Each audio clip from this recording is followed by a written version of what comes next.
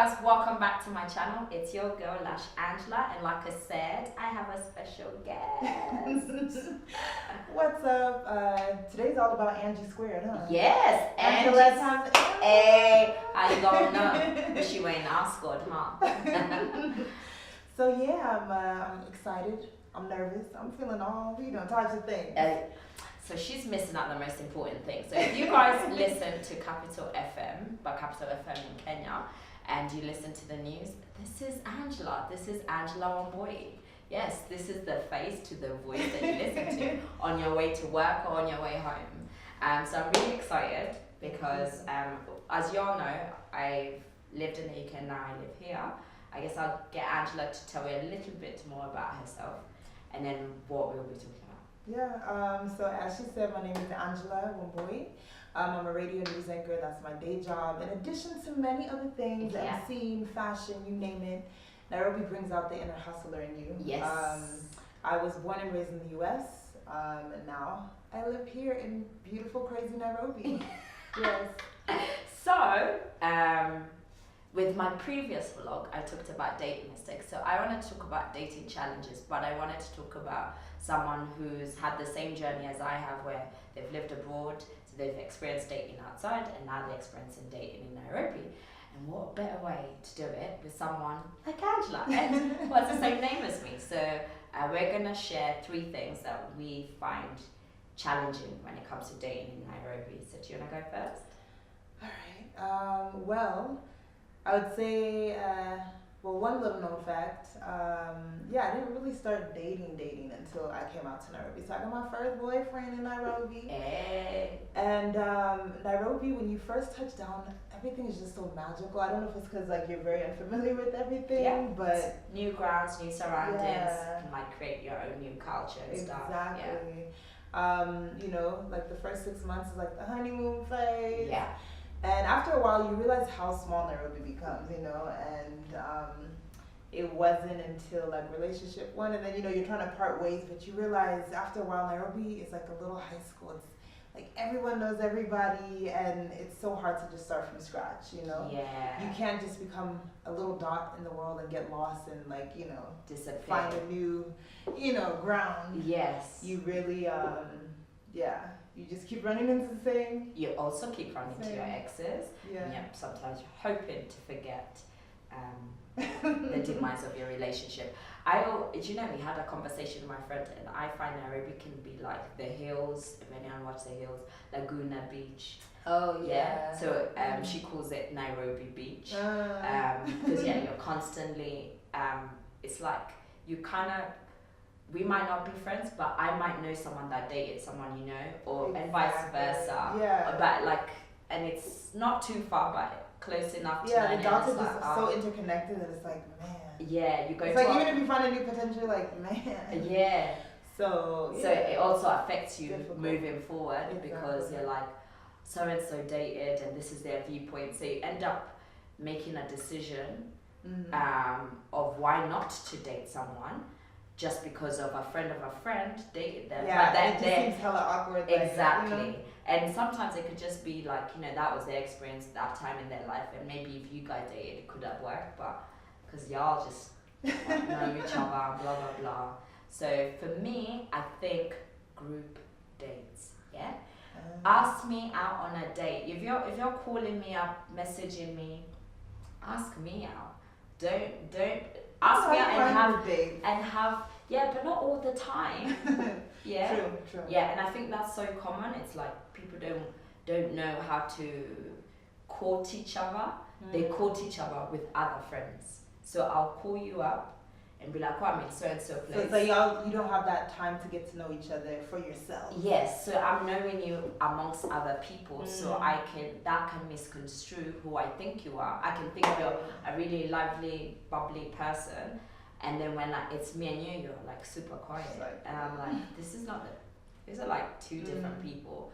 Or I've done this where I liked a guy, and then I realized we always just saw each other within groups, and actually after a while when I would talk to him, I'm like, there's actually not much to talk about because I only have a conversation with you when you're with your boys or your group. Yeah. So I think that culture, I miss a guy calling me and saying, I'm coming to pick you up and I want to take you somewhere. Like, that doesn't happen often enough. Maybe I'm dating the wrong guys. And that's a show for another day. But it just probably hasn't happened often enough for me, because I've experienced it more when I was away. It hasn't happened often but enough. I would agree too. I just feel like men are hunters by nature, you know, and if a dude's really about you, like, he will make the time, he will, you know, black and white signs, like there's no confusion that this man's head over heels about you. Yeah. You know. Yeah. What's your next one? What would be another challenge? I already forgot. There was one about. Oh wait.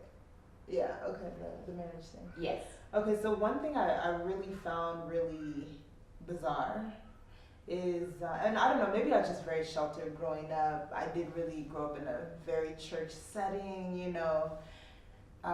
Is guys not finding a problem dating married men or women? For me, it's just a no-go zone. Marriage is, I mean, I know it's evolved and people just take marriage lightly or whatever, Yes. and you know, some people look at it as a title. I know the definition of marriage is very different in the 21st century, but for me it's still very sacred, you know. Dating a married man is just completely off limits for me. But yeah, here in Nairobi you'll find a guy, he has his bling bling, his ring on, and you know, with his wife. right?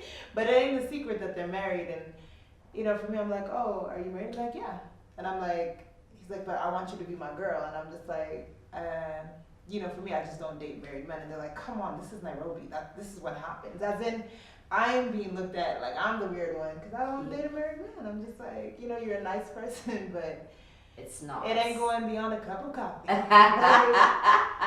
But you know what's funny? So I was talking to a guy friend, and his friend is married, and when they go out together, he's single, his friend is married. His married friend gets a lot more attention than him who is single. So, yes, there's a flip point where guys also are dating females outside of their marriage. I have a friend, basically. He's single, his friend is married. And they go out. His friend has obviously got a ring, not interested, whatever. But women are flocking to him. And him, who he's single with no ring, single, ready to mingle, can marry you anytime. Huh? No one's like approaching him. So even the girls are a problem because they're coming to married men. I guess because a married man comes with no attachment, and it's this thing of people don't want to be attached, and commitment issues and what have you. And then there's also commitment issues if you're married and you're openly stepping out and what have you. And I get that because I do know of someone who I actually don't know who his wife is, but because I never see him with the same woman, yet I know he's married. But yes, I would say in Nairobi it's an open common problem, while in the West it's not something that you're used to. I guess going back to your first point about like where you don't always bump into the same people, so you don't always so it's not as obvious, you know. I'm very sure it happens, of course, but it's probably not as common. It's just, I mean, sorry, not as common. It's not as visible. Yes, yeah. So that could be why. But I do see it as even for me who's single, all the nice guys are married and taken, and I obviously I don't want to do that, but. Like I mean, their experience, they've been there, done that. Yeah, I mean, single men, where do you hang out? Step up. But I understand where you're coming from. But yes, it's both, and yes, do people openly go ahead and do it, and becomes. And I don't know. At the end of the day, I just really believe honesty is the best policy. And there's some couples that could sit down and be like, babe, you know, I'm getting bored. Yeah, can we step out? And it's complicated. I guess you could say, but like if you wanna, you know, experience new things, and your wife feels very liberal like that, and she don't mind, and you don't mind. Do you, boo boo? Do you, boo boo? My next one is alcohol. dates being always involved around alcohol. I'll say this: I met a guy, really cute guy, met so many times, but I realized we were always intoxicated. So I was more interested in his physical appeal. And one day I met him sober. I was like, Just changed everything. mentally, there's no challenge There's no there. connection. Yeah, and so I think like sober dates people like.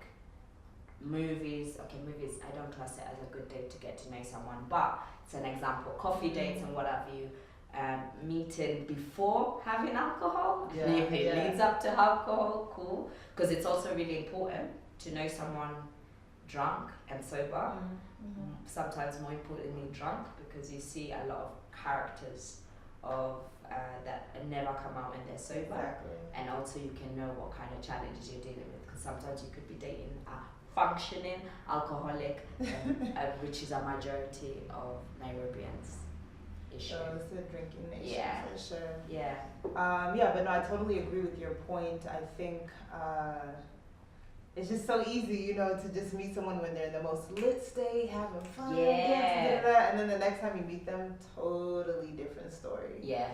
I think it's really important to know the layers of a person. So I dig it. Okay.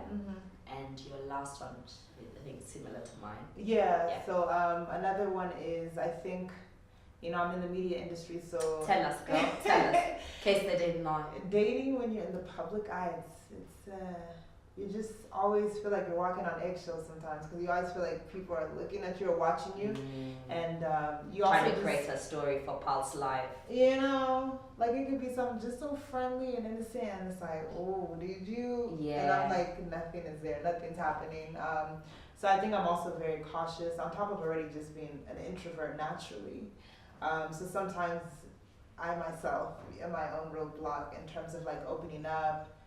Because, I'm just like, I'm very aware, very conscious. I'm like, don't be getting that close to me, Holmes. I don't want stories tomorrow. Yeah, that's true. Yeah. God, actually, before I say mine, have you ever been a story on Gafla, Past Life, about like you being caught in a compromising position with a boyfriend or a guy or anything? Nah, I'm the goody two shoes. Okay. I don't have any. Shit. No scandals. Things are about to change right now because the game is calling your ass. For me, similar, obviously not public eye, is privately dating. Again, like the whole terror thing and stuff.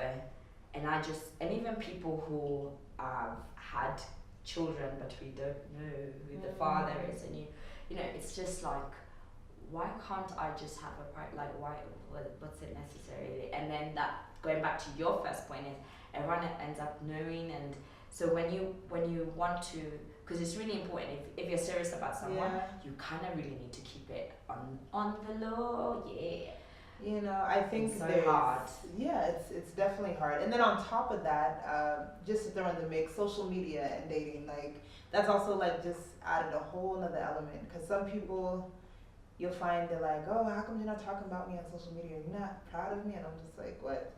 So you'll find, there'll be certain people you run into, and social media is everything for them, and if you're not mentioning them or advertising your relationship, they feel like somehow you're embarrassed. And I'm like, that's definitely not the case. Yeah, because if you make, this funny girl, Rono, she put a video, she's like, Nairobi is dangerous. Like, I post that you're my girlfriend, your DM is gonna be popping, and then she was like, levels are just. She's like, he was your boyfriend before, just know he's no longer your boyfriend. Basically, yeah. People like flat, and that's the thing. Going back to, not everyone's always happy for you, and so I wish that if I was dating someone seriously, I could find a way to really keep it private, and I guess I'd have to work at it to make it possible. But yeah, those are the things I miss, because like for where I come from in Slough, they've only met one serious boyfriend in terms of like the Kenyans around. Yeah, you wouldn't know I was dating. I wonder if they thought I was dating or interested in guys at all. But like I was able to keep my life private for a long time until I felt like I was ready to introduce a person into my society. And that's what I miss about being abroad, because you can do that easily. And then it's always important to know there is a difference between a private relationship and a secret relationship. Yes. Don't get it twisted. Yeah, You know? Yeah, that's true. I don't know, I just think that's also just very important. Like, yes, there is a certain level of privacy to maintain, but let the world know you take it. Yeah, that's true.